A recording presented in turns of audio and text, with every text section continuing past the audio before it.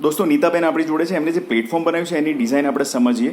નીતાબેન, આ તમે જે સ્પેશિયલી દિવ્યાંગ મહિલાઓ કે કોઈ પણ દિવ્યાંગ વ્યક્તિ જે રસોડામાં કામ કરવું હોય એના માટેનું આ તમારું, અમને જરા થોડી એની માહિતી આપશો, કેટલું ઊંચું છે?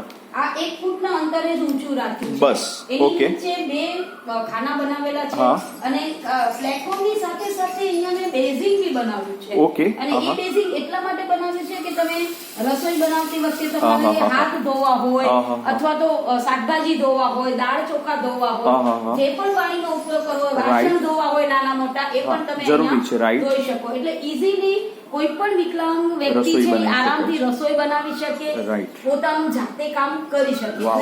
અને આખું ઘર પણ અમે એવી રીતે જ બનાવ્યું છે કે GMD થી બધા જ કામો તમે કરેક્ટ. GMD એટલે આજે તમારી ગ્રાઉન્ડ મોબિલિટી ડિવાઇસ છે એ રહ્યું, નીચું જે બનાવેલું છે, એક નાની વ્હીલચેર થી પણ સરસ કાર્ય કરે છે.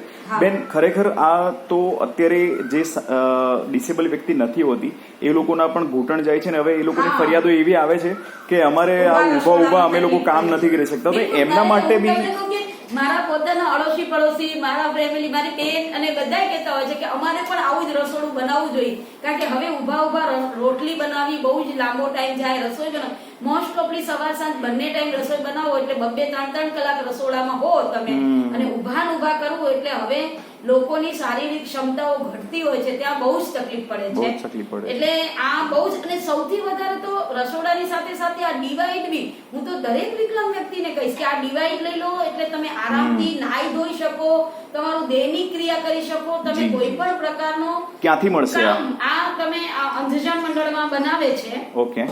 હા, આ ડિઝાઇનની તમે અંધજન મંડળમાં મળતી હોય છે અને ત્યાંથી તમે લઈ શકો.